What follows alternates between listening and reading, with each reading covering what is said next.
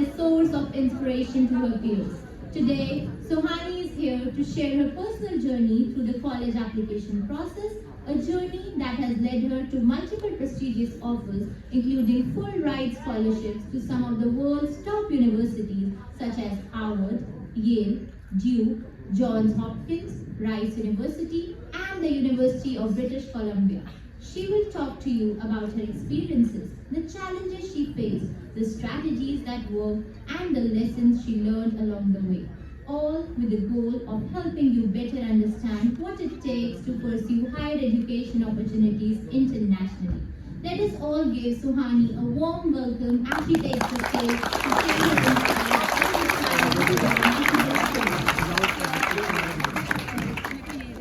Thank you so much for that wonderful introduction of me. So my name is Suhani Sharma, and today I'll be sharing my college application journey. And I'm so glad that so many of you signed up through the Google form and are here to attend today. I really hope you take something out of this session, and I'm really excited for today. Just a small disclaimer before we start. I'm not an admissions officer. I did not pay any consulting service. I don't know what exactly got me into these amazing colleges, but today I'll try and share my perspective, my insights, and just talk about some things that I think might have helped in getting me in. Also, this session will be recorded and put on my YouTube, so if you guys want to refer back to it, you can always do that. So, as Ami said, I was fortunate enough to get a full-ride scholarship to Harvard, Yale, Duke, Johns Hopkins, Rice University, and University of British Columbia. I'm now committed to Harvard, where I'm getting a scholarship of about $90,000 every year. And at Johns Hopkins, I was the Westgate Scholar, which is a merit scholarship given to just 2 students in the incoming class. And at Rice University, I got the Trustee and the Century Scholarship. The Century Scholarship is only given to a handful of students in the incoming class, and it allows me to do research with faculty members. And I also got the Impact Scholarship with the University of British Columbia, which is in Canada. And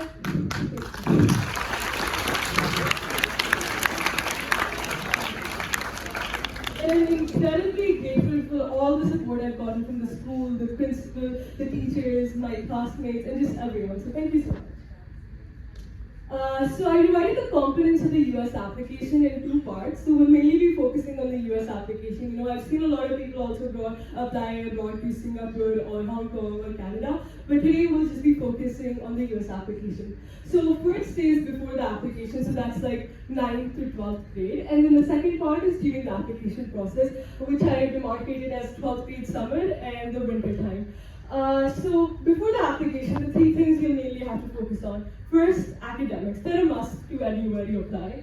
Second, your extracurriculars and awards. And third, the standardized tests, the APs, the SAT, the ACT. And during the application process, so one thing you should know about is the Common Application or the SCORE. It's a platform through which you apply to different universities and colleges. Then you have your essays, which you have to write so many essays. It's kind of insane the number of essays you have to write. Then the scholarships you have to apply for. I'll also briefly mention about them. Then the letters of recommendation, which you'll be taking from the teachers there.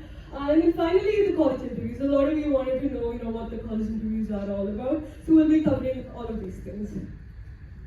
Okay, so what are your academics? So these include your test scores in school from grades 9 to 12. So you don't need like a perfect score in every subject to get into the top universities. See, marks aren't everything. They only help universities see if you'll be able to handle the academic rigor they have to provide.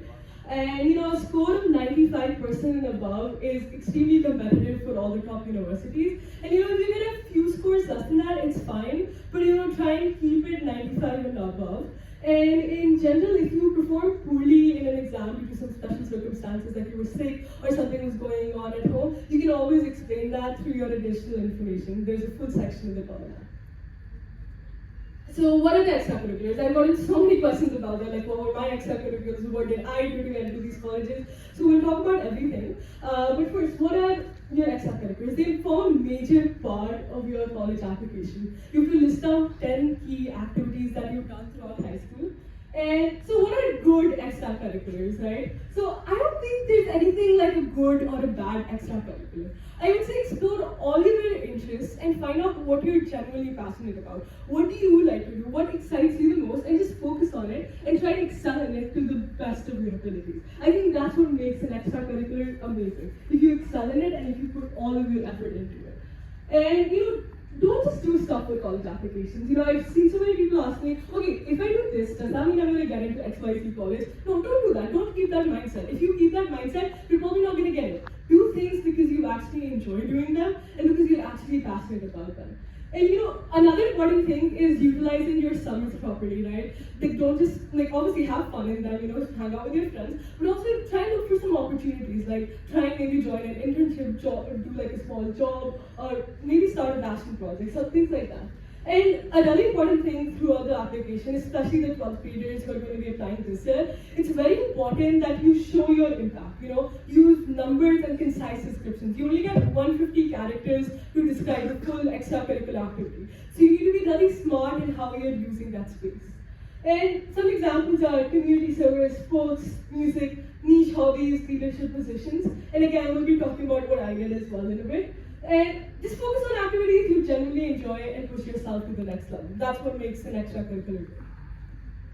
So, awards and honors. You have the space to write about 5 honors or awards, and they're generally classified as international, national, state, or school level. And I know so many of you must be like, oh my god, there's so many awards, which one should I write? Try and write the most competitive or the prestigious awards because you just have space for 5. And you prefer international and national awards over state and school. And if you've already described it under your activity section, don't mention it again in your award section. You don't want to be repeating anything throughout your application process. You want to show, okay, I have so many things and I have so less space to write about it. That's how packed your application should be. So, what were my extracurriculars? First, I talked about the Research Science Institute. How many of you know about it? Okay, I love how a lot of you know about it. I gave a talk about it in the school last year, so you guys can refer to that as well. I'll send a link. But basically, Research Science Institute is the 6-week summer program that I did at MIT Boston. We had to conduct research, and I had a lot of fun there. And it's a very prestigious program. It's really hard to get into, but once you get in, it's just the most amazing time ever. So if you guys want, you can check out that video as well. And if there are any people who are interested in research or in PCM or in medical or something like that, you should definitely apply. And then we have the Sustainability Leaders Program. It's an 8-week waste management focused internship that I created for high schoolers. It aims to teach them about solid waste management through hands-on field visits and critical thinking assignments. And I was able to impact over 30,000 students in Punjab with this. Then I talked about being a head girl, my responsibilities, what I did, being part of the student council. It's a very important leadership position for me. Then I talked about Ecolog. It's a sustainable fuel I created for cremations, which replaces the tree wood that's generally being used. Like every cremation uses 500 kg of tree wood. So my aim was to reduce that amount and reduce the consumption of trees and help, eliminate deforestation. And Ecolog is a project that's currently in operation. It's saving 6 to 8 trees every day. Then I talked about being cubing. Do all of you guys know about the cubing competition we did in school last year? Okay. Okay, yes, okay. I can see a lot of young kids. Okay, perfect. So yeah, I talked about cubing. I'm a speed cuber. I can solve a 3x3 in less than 10 seconds. So I talked about that. I used to have a national record in 4x4. And I also talked about the school cubing club and the competition that we did. And then I also talked about music. I've been learning how to play the piano and tabla since the last 8 years. I'm certified to many levels, and I've given several stage performances. So I even talked about them. It's very important that you're able to show an all-rounded personality or have a very big peak in any one of your activities. And then I talked about Sustainability Accelerator. Does anyone know about Sustainability Accelerator? Okay, no one knows. Okay, one person over there. So I don't think the school is sharing this. Are you sharing the Sustainability Accelerator form? Okay. So it's an internship that I did. I got to know about it through school. So the school, sent me a circular about the Sustainability Accelerator. So it's an internship that's conducted by 1M1P Foundation. It's an UN accredited foundation with the help of CBSE and Aditya Birla Retail Foundation Limited. So That's also something that I did, and if you guys want, you can look into it. It's still happening. I was the cohort of 2023. It was the first time that it happened there. But you guys can, search online and look for it because it's also an amazing internship. 6,000 people participated, and I was in the top 20 who got to go to Bangalore for an in-person visit. Then I talked about squash. I play squash as well. I've gone to the national games and represented Chandigarh there. I won the state championships and inter-schools that we did. And then there's this other prayas. It's this research proposal under NCRT that I applied to and got selected for. So I also talked about that. And then I talked about debate, which I feel like I really owe it to the school because of the debate club and everything, and like the way they were able to refine my skills and all the national competitions I did representing the school. So I talked about them as well. And all of these things you can see that are highlighted, like the head girl, the Cuban club, the sustainability accelerator, inter-school competitions, and prayas. All of this was because of the school. So all of you have the opportunity to get into these amazing colleges, right? Harvard, Yale, Duke. But it's up to you if you, grab those opportunities and if you take those resources that are available to you and make the most out of them. So what were my honors? So first, okay, does anyone know about the Vidyarthi Vigyan Mantra? I feel like more people would know about it.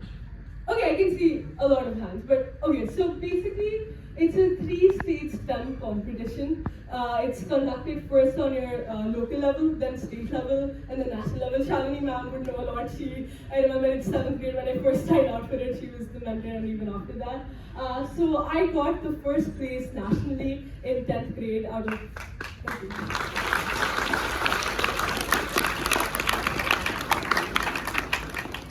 So that was one of my honors. The second, there's this thing called the RBVP, Rashtriya Bal Vigyanik Pradarshani. So I presented my eco-log creation over there, and I was among the 185 out of the 350,000 students who participated nationally, and I got to present at the National Science Exhibition just in December last year. Then I also got the opportunity to present my research paper at Tufts University. It was a fall workshop on computational geometry. And then I talked about prayas. I was in the top 20 out of the 1,000 students that applied. And there's this Rashtriya Bal Puraskar. It's the highest award that's given to children. I was nominated for that. And again, if you want to...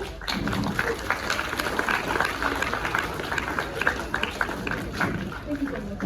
And if you want to check out any of the stuff that I do in more detail, feel free to subscribe to my YouTube channel. It's @Suhani does stuff. I keep posting a lot there, so if you want to get a better insight about all the things that we talked about briefly. So what are some resources? A lot of you wanted to know, okay, what are some programs we can apply to in science fairs? So I've compiled a list from my side, but I feel like it's very important to keep doing your own research, looking at things you can apply to and all that. But first, the summer programs. So RSI, I mean, it's my personal favorite. I remember I had the best time there. I think all of you should apply. It's STEM-based and it's very fun. But I also wanted to highlight today what RSI India is. How many of you got the circular for that? I asked the teachers to, okay. I can see, I think it was only in 10th and 11th grade, so, okay. So basically RSI, because it's super competitive, especially from India, so they've decided to start this thing called RSI India, which is the research science initiative conducted in India, and it just started. So it's going to happen for the first time at IIC Bangalore this year, and I feel like all of you should apply, especially who are in 11th grade right now, or who are in 8th or 9th or 10th grade thinking about applying abroad, because this program is absolutely amazing, and I'm so glad that they're opening it up to more students in India, because they'll be choosing 35 students from India to participate. And like for RSI that happens at MIT Boston, only like 3 or 4 kids get selected, right? So you'll have a greater chance of getting into RSI India, and because it's just getting started, not a lot of people know about it, so it's your perfect time to apply, you guys have a lot of chances of getting accepted. Then we have SST, it's a summer science program, it's also a research program. However, in this, they already tell you what you're going to research on, and they have these research categories like astrophysics, genomics, biochemistry, and it's for 10th and 11th graders. RSI and RSI India is for 11th graders. Then we have Promise India. How many of you are like really interested in maths, like proof-based maths? Okay, I can see some hands, right? So this, like, if you are a person who loves doing math every day and you can like spend 8 hours a day just working on problem sets, this camp is perfect for you, Promise India. So, if you apply, there's a whole application process. You have to solve a bunch of problem sets. And then it's also held at IIC Bangalore, and it's open to 9 to 12th graders. Then there's YYGS. How many of you heard about this? I feel like more people? No. Okay. Relatively more people. So it's the Yale Young Global Scholars Program. It's also conducted at Yale. 10th and 11th graders can apply. You get to experience what it's like living at Yale and take courses, do things like that. It's also a really good program. Then we have the YSPA, Yale Summer Program in Astrophysics. You do research in astrophysics. Then there's this thing called Rise for the World. I don't know if it's still ongoing, but it was ongoing till last year, and my friend applied to it. So you can check that out too. Then the Sustainability Accelerator internship that I told you all about. Go home, search it up, see how you can apply. It's still going on.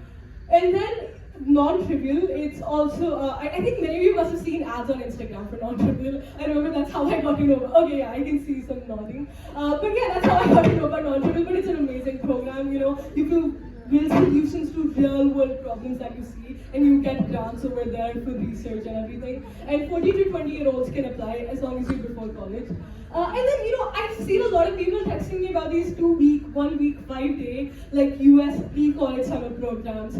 I don't think they're worth it because they're extremely expensive. Like you're paying $2,000, $3,000 just for spending a week in the US. So I don't think you should particularly apply for them, like unless you have the money or the resources. I would say rather, do an internship at a local university. Start up a passion project and do things like that. There are different ways you can spend your summers without having to pay so much for it. Like all of the other programs that I listed here are either completely free or you get a scholarship if you apply for need-based finance. And then I just wanted to highlight some STEM and research competitions for high schoolers. So how many of you know about international Olympiads? Not like the SOF IMO Olympiads, but like the international Olympiads. Okay, that's very, very nice to see. So how many of you guys would like to get into MIT? I feel like everyone would, right? Exactly. So MIT is known for taking international students who won Olympiads. So if you really, really want to go to MIT and you're just starting out, prepare for them. You can apply from India through the NSEP, NSCA, the chemistry and the bio, right? I didn't apply for them, but you definitely can. If you win something, your chances of getting into MIT definitely increase. I know that MIT has been known for the last so many years to take international Olympiad winners. And then, Vidyarthi Vigyan Manthan, there's the KVPY, the NPSC, just competitions to show, okay, I am good academically and to stand out. Then the science fairs. I really wanted to talk about the International Science and Engineering Fair. So I got selected for it, and it's the biggest science fair for high schoolers. It happens every year. Over 1,800 students get together. They present their projects and they compete for amazing awards. It's extremely prestigious. And if you've done a research project, you should definitely apply. And you can apply from India through the IRIS National Fair. However, it is pretty competitive. 3,000 people apply and only 15, 20 get in. But I think you should definitely apply because the experiences you'll get at ISEF are just amazing. And I'll be leaving for it in a few days, and I'm really looking forward to it. Then there's also the Inspired NAK. It's also science fair you can apply to. It's from 6th to 10th grade. I actually missed the deadline on that one, so I made sure to include it. Then the Rashtriya Bal Vigyanik Pradarshini, where I participated in. And there's this also thing called ST Yao High School Science Award Asia. I didn't participate in it, but I saw a lot of my friends, participating in it. It's also another science fair. And okay, how many of you know about the Breakthrough Junior Challenge? Oh my god, so less people, wow. Okay, Breakthrough Junior Challenge. So it's this amazing challenge where you make a 2-minute video explaining a scientific concept, and if you win, you get an award of $250,000, which is enough to sponsor your education in the US. So if you're interested, if you like video making skills, and if you like to explain complicated topics in simple terms, I think you should definitely apply for this. It's open to 9 to 12th graders. And then apply to Prayas, search it up. It's this amazing proposal under NCRT. You get to say what you want to research on, get selected. And then also, how many of you are interested in robotics? Yeah, okay. So for robotics as well, we have amazing competitions. World Robotics Olympiad, first robotics competition. And there's this thing known as the Conrad Challenge, which is an entrepreneurship-based competition. You have to pitch your proposal and you get selected for it. So I participated in the Breakthrough Junior Challenge last year. I explained what auroras are, and I ended up being in the top 10%. I did not no win, but it was so much fun working on it. I had to use stop motion animation. I used to do so many different things. Think about, very creative ways to explain simple concepts. Like, for like an electron jumping up a shell, I literally had this toy which I used to, demonstrate, okay, it's jumping up. So yeah, I ended up being in the top 10%, and it's just a fun activity. I think knowing a scientific concept is one thing, but being able to explain it in clear and simple terms to someone else is a totally different thing. So I think it really builds on your skills.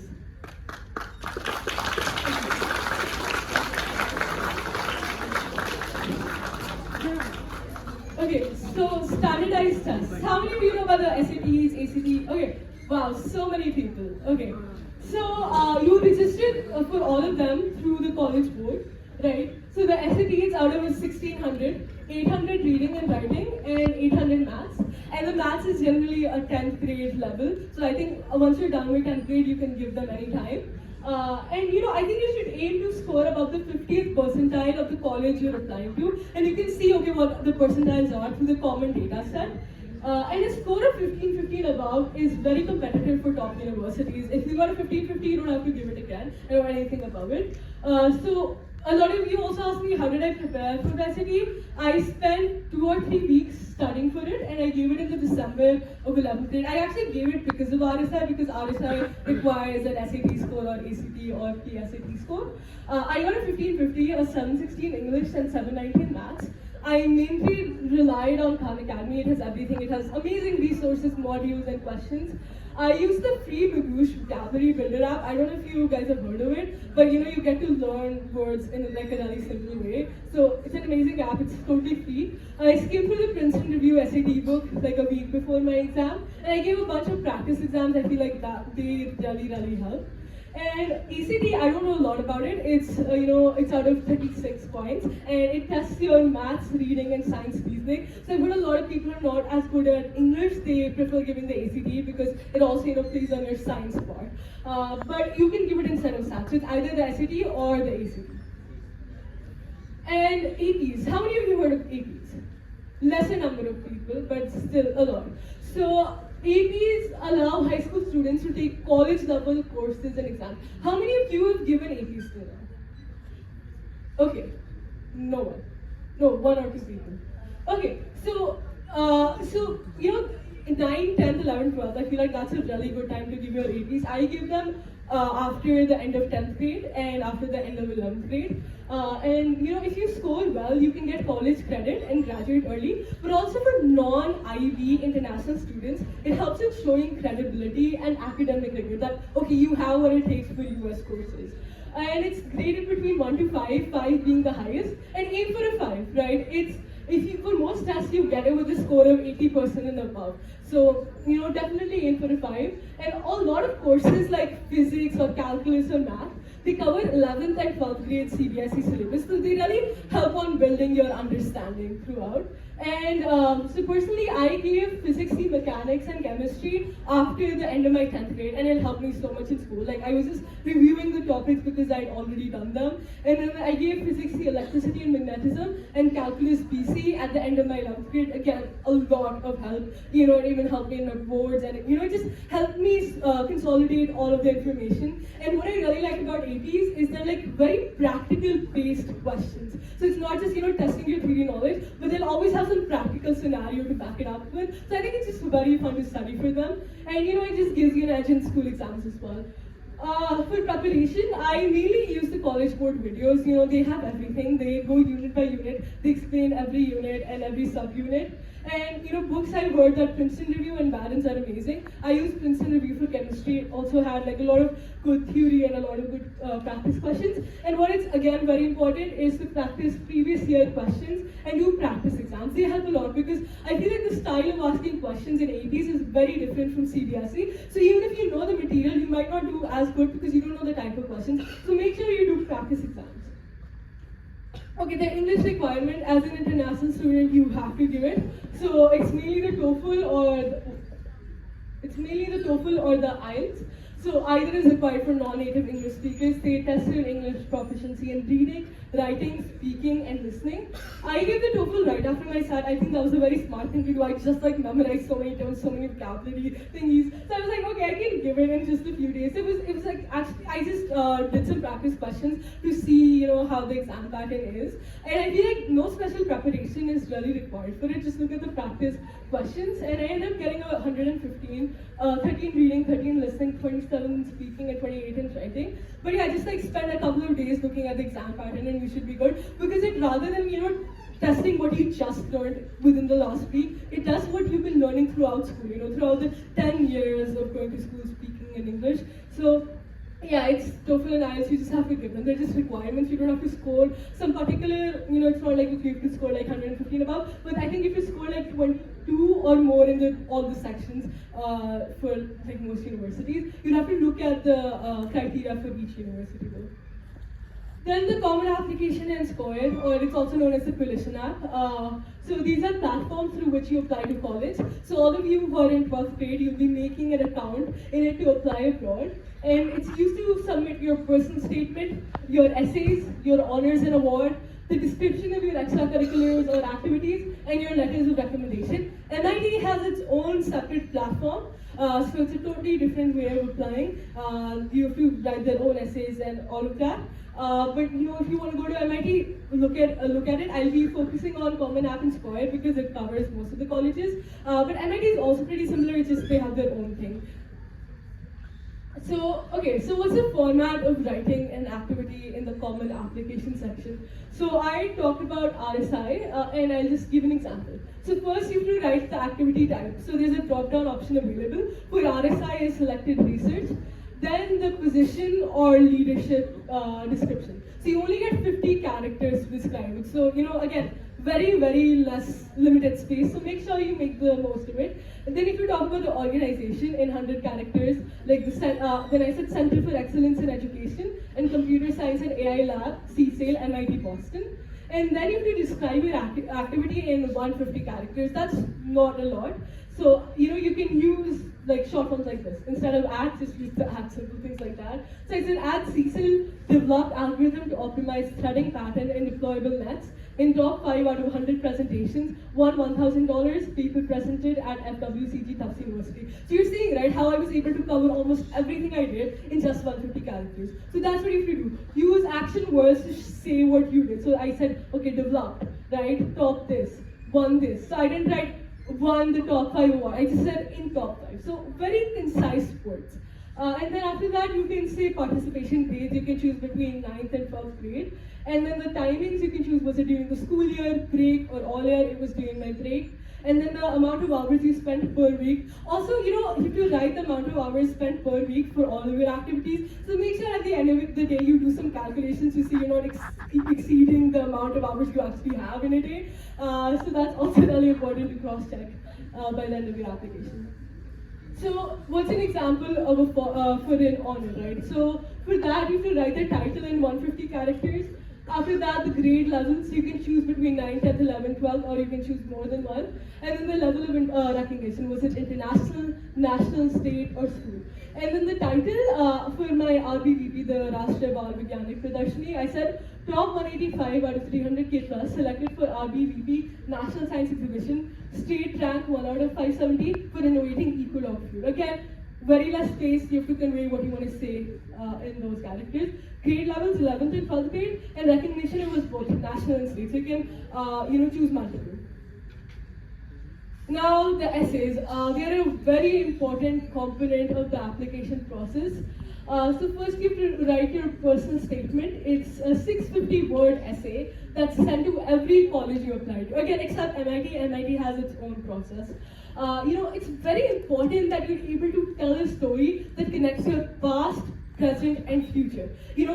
Admissions officers, they get hundreds of applications to read every year. So you have to make sure that you stand out. For that, I would suggest use some anecdote in the beginning, or use some striking statement, and just make sure you're able to tell a story, right? Everyone likes reading stories, even admissions officers. So tell a story that weaves through your past, present, and future.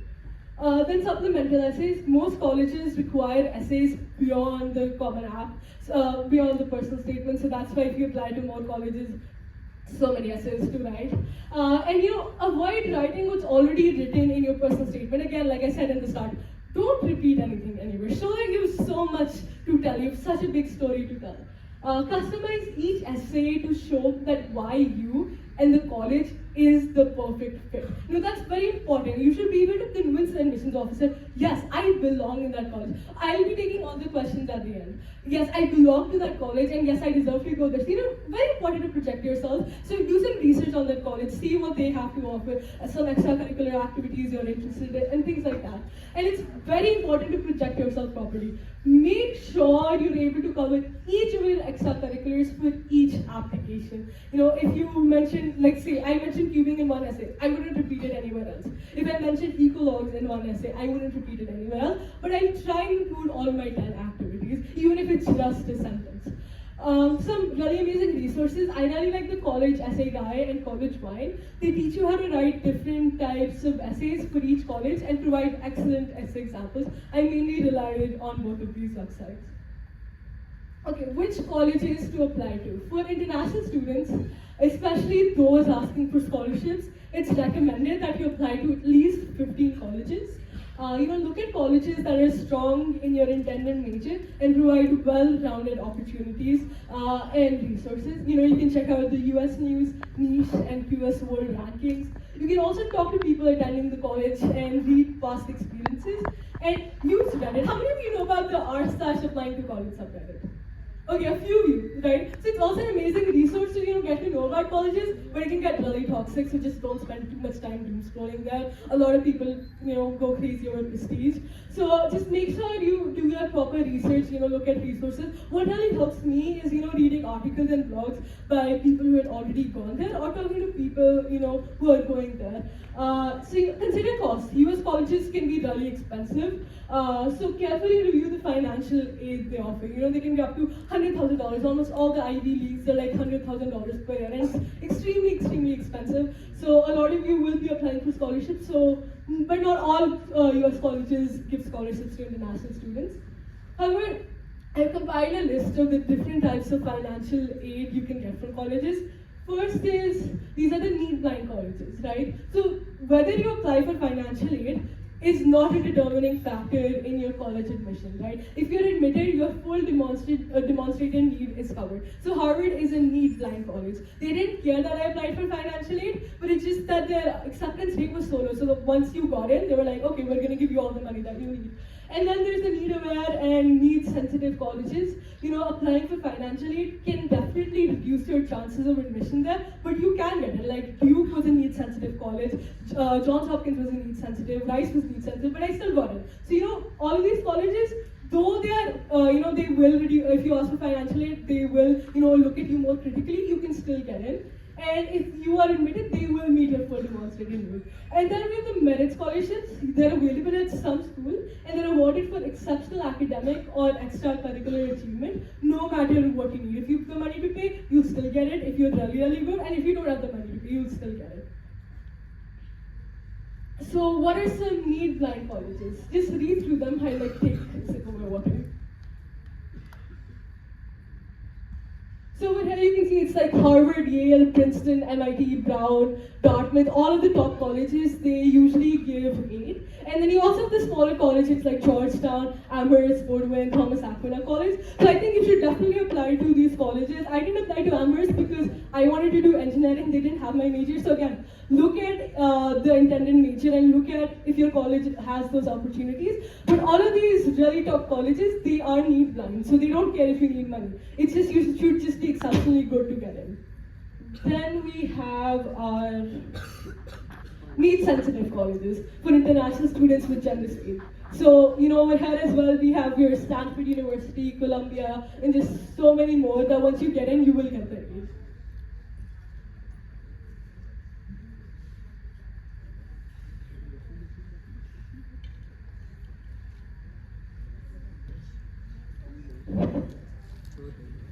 So again, Rice was one of them, Swarthmore, Notre Dame, Vanderbilt University, Barnard College, Tufts, Wesleyan, Vassar, and so many more. Again, all of this whole session is recorded, so if you want to go back, see the list, you can do that again. And also, a lot of resources online where you can just search up need-sensitive colleges for international students, and you can see lists. So we also have, places like Wellesley, Cornell University, Union College, Caltech, Bucknell. All of these are need-sensitive. So if you apply for financial aid, your chances get reduced, but if you get it, you get all the aid that you need. So merit scholarships. For some schools like Duke, USC, Rice, JHU, and Emory, you're automatically considered for a merit scholarship if you apply for it. You just have to tick a box in the Common App and you're saying, okay, I want to be considered for the merit scholarships. But for some scholarships, there was a separate portal altogether, and for some, only limited number of students can be nominated by the school. So for Duke and UNC Chapel Hill, there's a scholarship known as Robertson Scholarship. It's really amazing. It meets all of your needs, and it's like a full ride scholarship, and it's very, very good. One of my friends from RSI, she got in there, and she's going to Duke this year. Then UNC Chapel Hill also has another scholarship, Moorhead Kane Scholarship. Vanderbilt has the Cornelius Scholarship, and Boston University has the Trustee and Presidential Scholarship. Trustee Scholarship is a full ride, and the Presidential Scholarship, I think they give you around $20,000 per year to attend the college. And then UBC, the International Scholar Awards that I applied to, you have to write their own separate essays, and they have a few. I think my sister, she got the International Leaders of Tomorrow Scholarship, I got the Impact Award, and then a couple more. So once you apply for it, you get automatically selected for it. You're not automatically selected, but you get considered for it. I think 1.5% of people who apply get in. Then we have the University of Toronto. There's the Pearson Scholarship. The school can only nominate one student. So if you want to apply to it, Sapna Nakta ma'am is here. Talk to her if you want to apply, and only one student can get nominated. And then we have University of Virginia. They have the Jefferson Scholarship. And then NYU also has this Martin Luther King Jr. Scholars Program. You have to write another essay for it. So all of these scholarships, you have to apply separately. So just make sure you do your research on them. Write the deadlines when the essays are due, because generally most college applications are due by January 1st, but all of these scholarships, they're due way before, in November or in December, and some even in September. I think the Robertson, if you apply early, it's due in September. So make sure you're up with all the deadlines.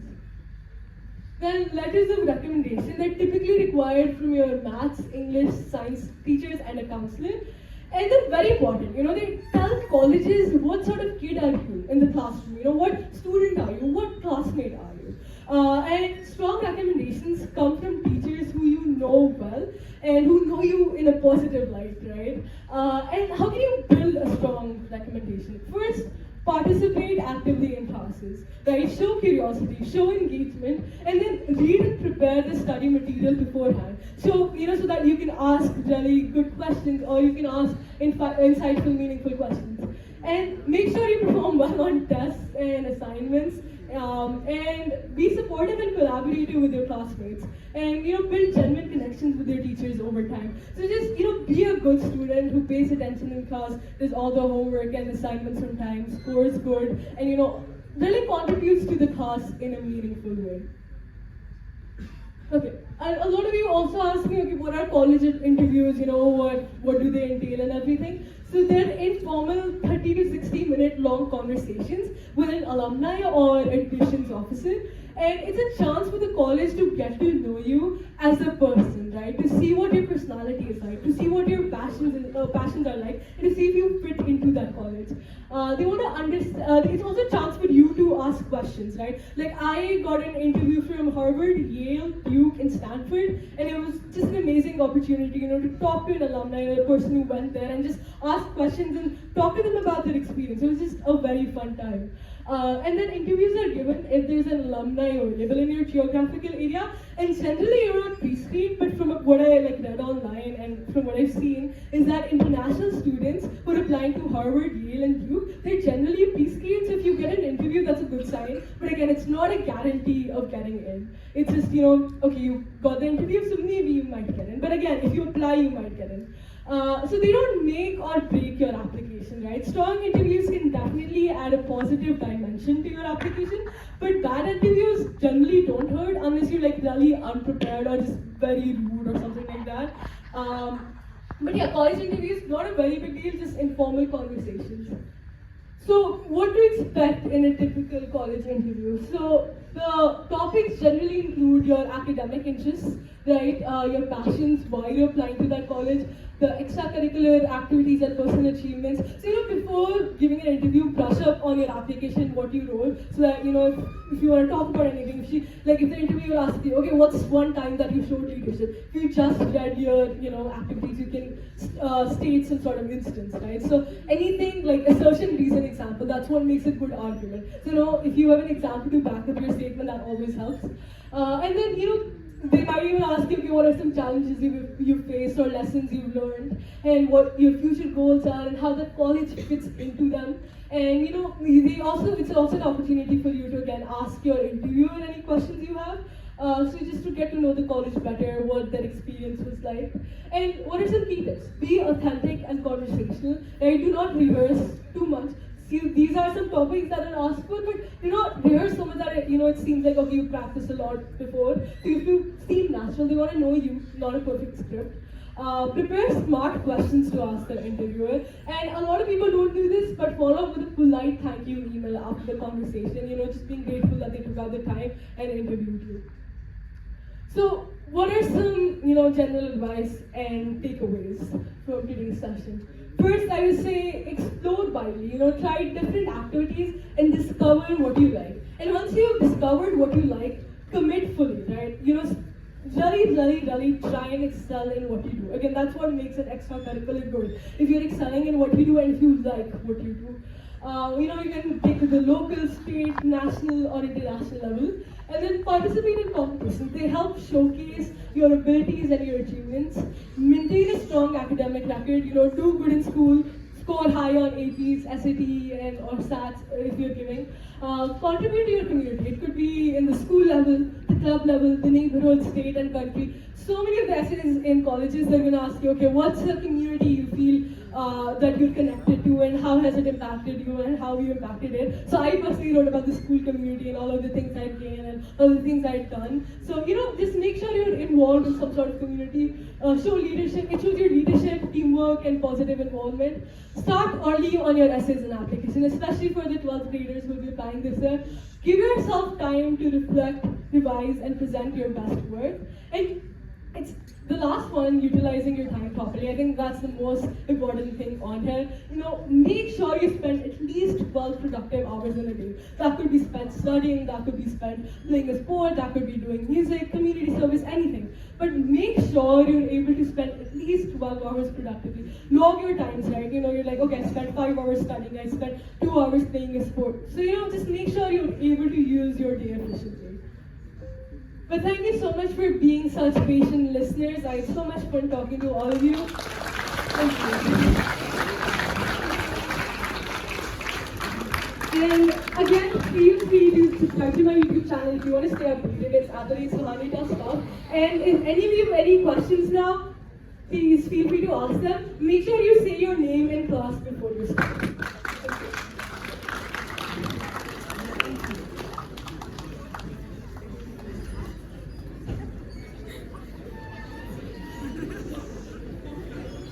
Okay, can we have a mic?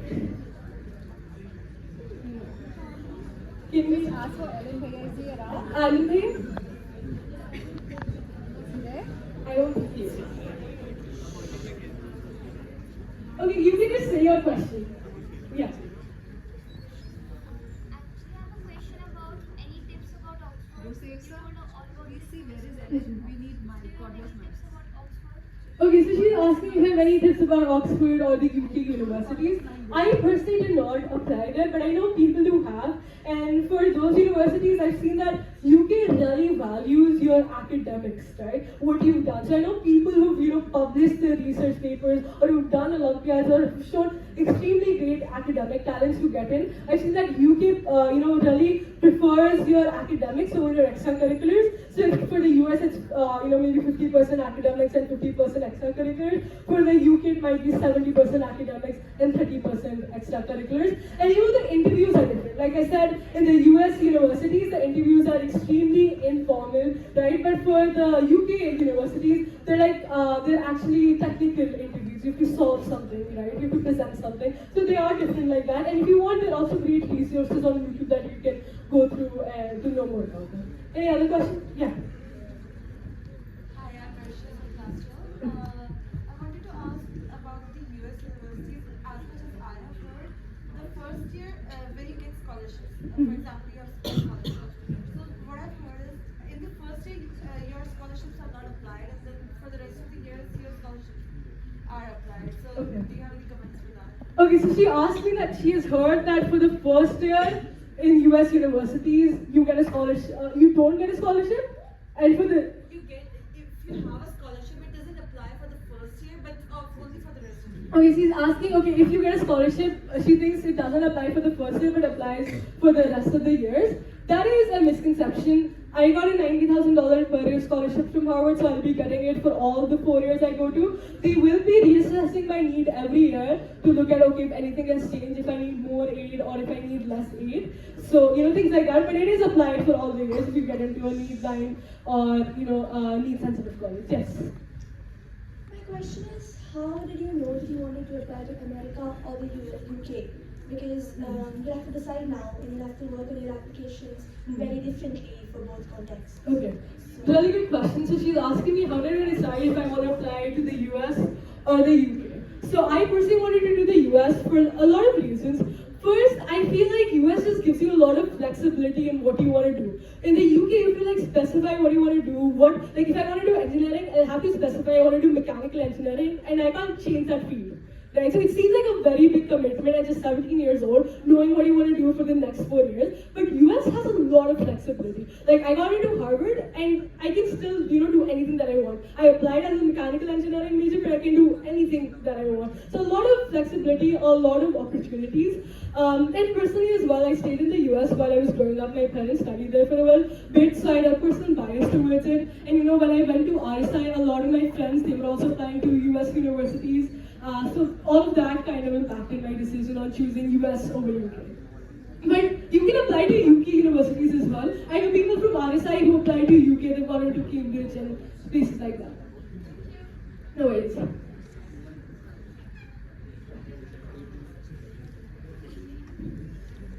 I'm Amit Parwa of 8D. Hi. So I have a question that once you are mentioning your activities in the application, do you have to mention activities that you are currently indulging in a lot, or can you also mention those in which you have indulged a lot earlier, but now your indulgence is not that much? Okay, that is a great question. So he's asking, okay, is it, if I write about an activity, is it something that I should still be doing, or can it be something that I've done before and no longer doing, right? Okay, so basically on the Common App, you have to write about activities you've done through high school. So that's 9th to 12th grade, and it's not necessary that you're still doing it. You get to choose the classes in which you did it and the times in which you did. For example, I talked about RSI. I said I did it in 11th grade and I did it in the break, right? So you don't have to still be doing it. It might be something that you've done before. So I hope that answers your question. Do online certifications really help to enhance the portfolio? Online certifications from where?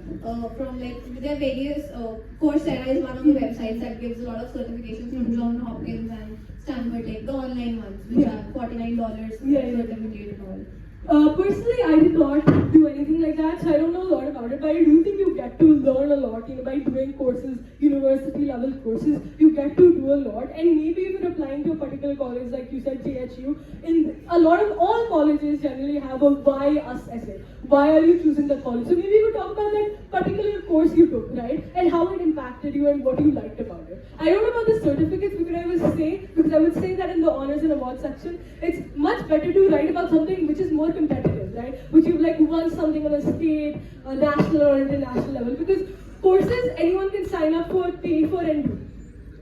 Yeah. Thank you. No worries. Hi Suhani, Mecca here. Congratulations. So there's this thing that really goes around the internet that American citizens have a higher rate of getting scholarships. So is that true? Okay, higher rates of getting scholarships, I don't know about, but they definitely have a higher chance of getting in. You know, internationally the competition is very high. You know, not only competing with Indians, but you're also competing with everyone else. And everyone is just so insanely talented, and it's a lot of competition is there. So even in ISI, we saw that the domestics, they had a better result as compared to the international students. And as for scholarships, see the need blind universities, like I said, Harvard, Yale, Princeton, MIT, Dartmouth, all of those colleges, once you get in, you will get a scholarship. But it's that getting in which is harder for international students. So in a way, you could say it's harder for international students to get a scholarship because it's harder for international students to get in. Good morning. I am Ungad of 9G. I wanted to ask a question that how can you explain how to write SOPs, the statement of purpose? Okay, so SOPs is I think more of a term that's used for UK applications if I'm not wrong. But like I said before, for US applications you have your personal statements. Like I mentioned before, yeah. So US colleges, instead of SOP, like I said before, you have a personal statement. It's a 650 word essay, and like I said, you have to, write about a story. You have different prompts that are available, or you can make your own prompt. And if you just tell a story that connects your past, present, and your future goals. Like I talked about how I love doing things by hands and how it has interwoven in all of my activities since I was a child to now and to what I want to do in the future. So something like that. Good morning. I am really passionate to study abroad, but my parents are little reluctant at the time. So how do I convince them? What grade are you? +1. You're in 11th grade. So what stream have you taken? Commerce. Okay, you've taken commerce. Okay, so that's a very interesting question because I feel like if I didn't have the support of my parents and my family, I don't think I would have gotten into these amazing colleges. So I think first you have to tell them, why do you want to apply? Why do you want to apply to the US or to abroad? I want to be personally an investment banker and expand my business to the US. Okay. But they are like, don't take my business. You do something of your own. Okay, wow. Okay. I like your parents' self-independent attitude. You're trying to make something for your own. But you have to tell them why exactly you want to go to the US because they'll say you can go to a good college in India and still get similar education to expand. Right, so if you think about why do you want to go, what I think is good is make a list of points. One might be the flexibility that's offered, right? One might be, okay, I can apply for these scholarships. Another thing you can do is make a list of your extracurricular activities or your awards and achievements to show them that you're serious about this. I feel like a lot of parents, they just want their kids to be happy, to go to a school that they enjoy, but applying to the US seems really foreign to them. It seems like a foreign concept, nothing that they've been exposed to before. So if you make a list, maybe show them this session if you want, just tell them, okay, this is why I want to go, this is what I'm going to do for the next 2 years, and this is how I'm going to get it. Make a solid plan and show it to them, and I think that can really go a long way. Actually, I am onto it since 9th or 8th grade, and I'm trying to convince them for 3 years now. Okay. But they are still not okay for me. So so one is like, do you want you to do your own business, and what's the other reason that they're not okay? That I also don't know. Okay, so exactly, talk to them. Talk to them, have an honest and open conversation. They're also scared to send for undergrad. They said go for post. Yeah.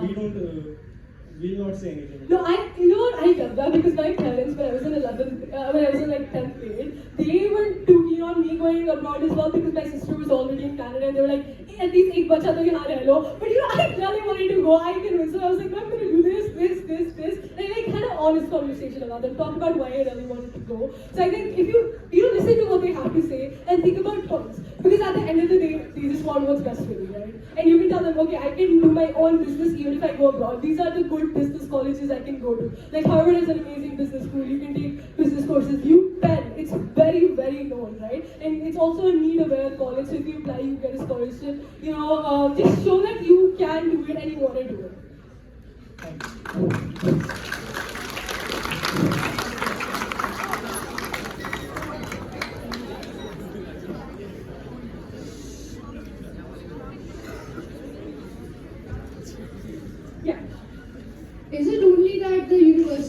abroad, like Wait, sorry, before you say your name, I'll pass. my name is Gopal. I am in 8C. Okay. My question is it necessary that only the colleges or universities in US or UK give the specific experience and or knowledge that is not present in India? For example, for medical or law. Like that. Okay, that is a very good question, and I think it's up to you. It's your personal choice. Again, like I said before, I applied to the US for my own personal reasons. I wanted that flexibility that's offered, that international connection, that international exposure you get, the amazing people you meet, and all of those things. But I do think, if you get into a good college in India, you can definitely get those experiences as well. And you can go to the US later on, you can go to the UK later on, but it's really up to you and what you like to do. A big reason of why I also applied abroad, I had a lot of different activities that I was doing, before 9th grade as well. And I don't want to leave them to apply to India. Like if I, in 11th and 12th grade, if I would have, joined some coaching institution, I would have to leave most of my activities. And I didn't want to do that. And what I saw was in the US college application process, they really, prioritized having good extracurriculars while maintaining good academics. So I felt like if I just kept doing what I'm doing to the best of my abilities, they would rather help me in the US college application process. So that's another big reason why I applied. I just didn't want to leave all the things that I was doing. And one more thing, you did so many things, RSI and all. How did you get so much time?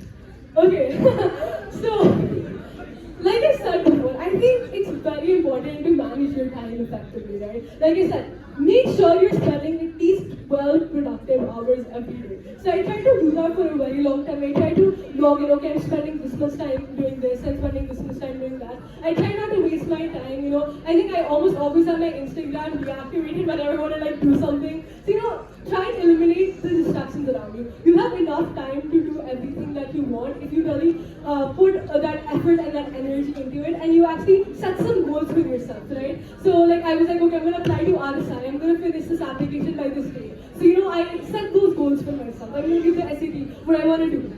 Everyone else, please calm down because all of these questions can help you as well. Thank you. Yeah, one more? Okay, I hope that helps.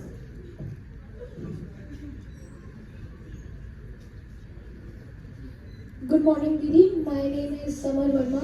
I'm of class 8D. Yeah. I have a question regarding the summer programs like RSI India.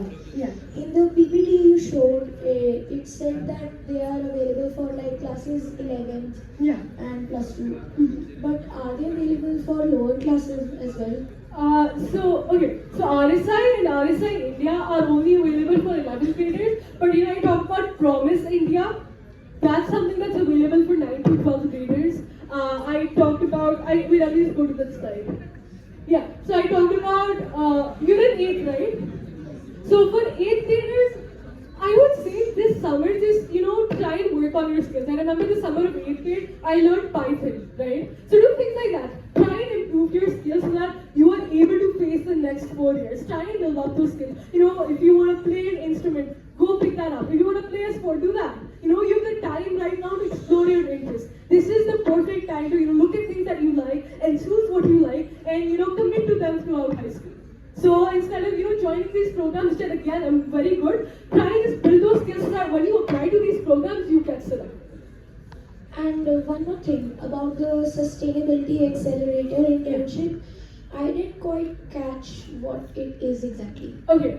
So Sustainability Accelerated is this internship that's run by 1M1B Foundation. It's a UN and Credit Foundation, and by EBFRL with the help of CBSE. So they get CBSE schools and people from CBSE schools to apply. I think that's something you can apply to. I think it's for 8 to 12 graders. So if you want, you can apply to it. So basically, they try and look at any environmental or sustainability problem. You have to pick it up. You have to make ecosystem apps. You have to make business models. So basically, looking at anything that you're doing, but from a market perspective. I ended up choosing solid waste management. I carried out a user study in Punjab, and I had to propose a solution about solid waste management. I like a 3-step solution using 3 different dustbins, using house level monitoring apps, and having incentives for waste segregation. So you can develop the solutions in them, but you can search it up, Sustainability Accelerated, or go to the 1M1B Foundation Instagram page. They keep posting a lot over there.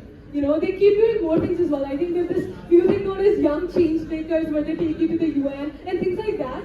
So, keep looking for it. And about the Breakthrough Junior Challenge. Yeah. Okay, what is it? Okay. I think 9 to 12 graders can apply in it. But basically, if you make like a 2-minute or 3-minute or 1.5-minute video, the time keeps changing every year. If you explain a scientific concept, like I explained what auroras are, you can look at my video if you want to get a better insight. But if you basically explain a scientific topic in the time that's been given, and if you make a video about it, and the best video wins an award of $250,000. Okay, thanks a lot. No worries. Thank you. Sumisha, I'll give you 20 logos. So, yeah, after that you can go argue. Yeah. Thank you. Good afternoon, Nidhi. Hi. I'd like to say that, for example, I have online tuition for 7 to 8 and a kind of a busy schedule. Like, the only free time I get is like 3 to 5, like 2 to 3 hours.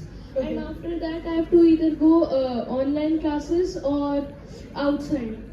So Okay. how can I manage my time? So I have a question. Okay, so once you go from school, you come back at 2, right?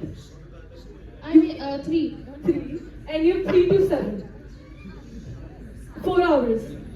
And after 7 to 8, 8 to 11 or whenever you sleep, 3 more hours. Right? You have time. It's about how you spend it. Basically, 3 to 5 is the time I have for my homework and other stuff. Okay. Then 5, my mom arrives from her office. Yeah. After that, I have to do some lunch and then I go play outside.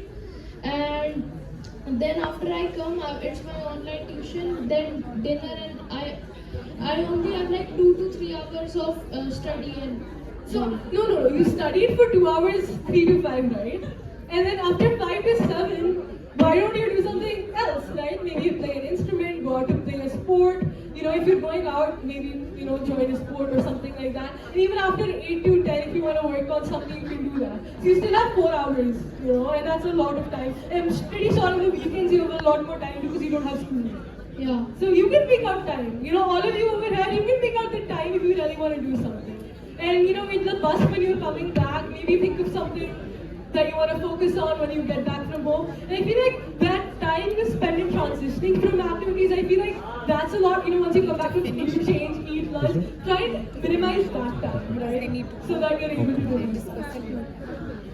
Those who have a question can stay here, and those who don't can leave. Very quietly, please. Very quietly, we'll just take Just manage.